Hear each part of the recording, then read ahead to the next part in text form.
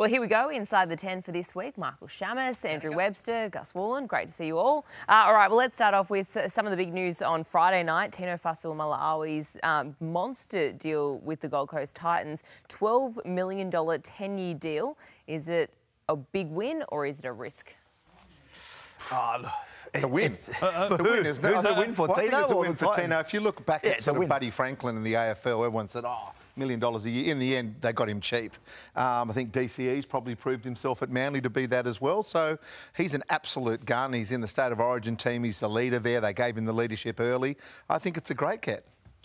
I do too. I think it's really probably the most important signing in the history of the Gold Coast Titans. It would have been a disaster if they'd lost Tino to another club. It seems like the Storm were going pretty heavy for him, and it's great for the Gold Coast to keep him.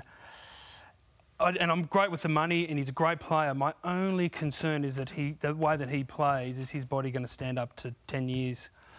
You know, in that position, in that those position, and the way deals. that he plays it. But you know, I know in a losing side the other night, he showed why he's a 7-figure year player. Well, you look at Taumalolo when they signed him on that 10-year deal for nearly $1 million a season.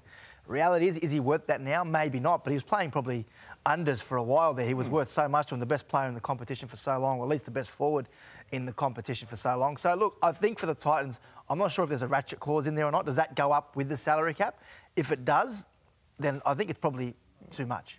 If it doesn't, then by the end of his deal, because, look, if you go back 10 years ago, the money in the game isn't anywhere near it is now, and we can't predict where it's going to be in 10 years' time. So if he's getting 1.2 in 10 years' time, that might not be worth a lot. So maybe the Titans haven't put a ratchet clause in there. I'm not too sure. But reality is he's their best player. If someone guaranteed me $1.2 million a year in 10 years' time, I'd take it. And $1.2 million is $1.2 million no matter where you are. And he gets top up from Origin as well. And he'll get lots of leadership, I imagine, extras being up there on the Gold Coast. Being the face, being the 10-year player. And also, too, sometimes those long-term deals, they can be dangerous for some players. But for someone like Tino, he's a hard trainer by all stories. So, yeah, well done for... We don't know the fine print. Like, a lot of these contracts these days have clauses or some sort of triggers in there. I'm not sure if there is. Well, you're the news hunter. You should go and find that out. Well, maybe I'll have some update for you later on.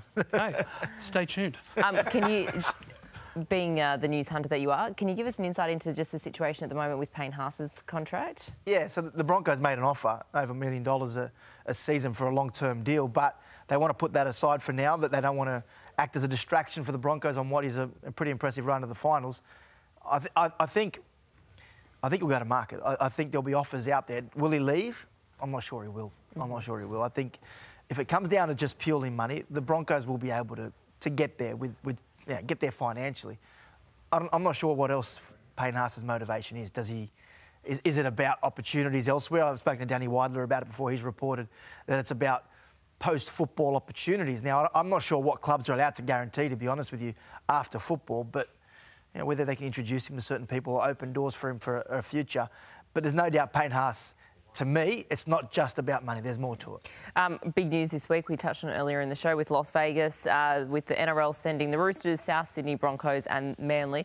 Did they get the teams right in that announcement? I think so. I think so. I mean, certainly it's been spoken about on the Footy Show earlier today. Hugh Dracken linked to Manly, Russell Crowe to South. If they play each other in that, would be incredible. And they're obviously two big blokes, you know, in America that Australia loves. So I reckon entertaining, big personalities. They should put on a show. I reckon he won't tell us.